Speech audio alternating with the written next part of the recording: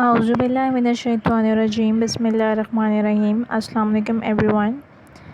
Our today's topic is Rutherford's atomic model. Lord Rutherford in 1911 carried out series of experiments.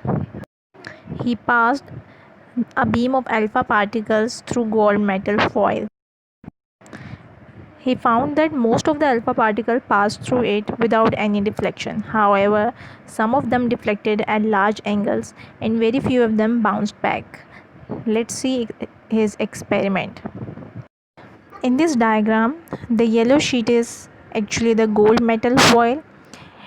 So, the Rutherford experiment involved a stream of tiny positively charged particles, the beam of alpha particles, at the thin sheet of gold metal foil.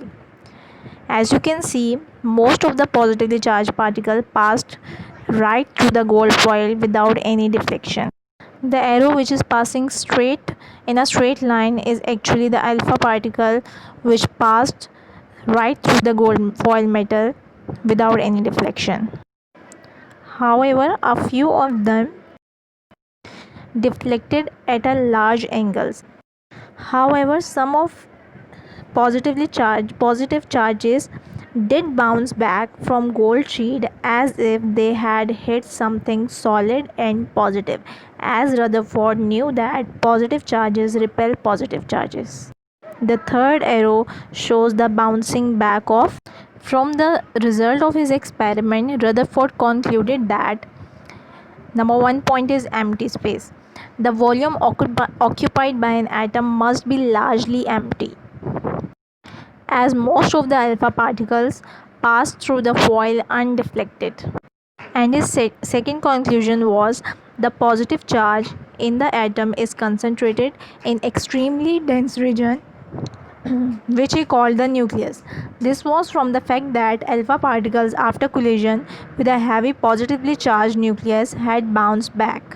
Students, from these observations, Rutherford proposed that the atom consists of very small positively charged nucleus in which the most of the mass of atom is concentrated and the rest of the volume is empty space. However, this space is not completely empty and that in it electrons revolve around the nucleus.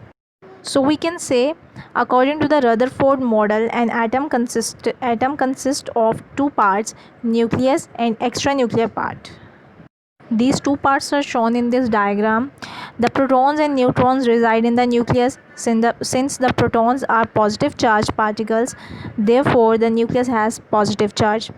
Further, since the weight of atom is due to presence of proton and neutron, as these particles are residing in the nucleus, the weight of an atom is concentrated in the nucleus and the electrons are revolving around the nucleus in the extranuclear part in various orbits, which are also called shells or energy levels. Now moving towards the defects of Rutherford atomic model. So number one is stability of atom. Rutherford's atomic model failed to justify the stability of atom. According to the classical physics, since electron is revolving around the nucleus constantly, it should lose energy and it ultimately falls into the nucleus. Moreover, if the revolving electron emits energy continuously, then there would be a continuous spectrum, but in contrast to it, we get line spectrum from the atoms of element. So it was our lecture about Rutherford's atomic model. Allah Hafiz.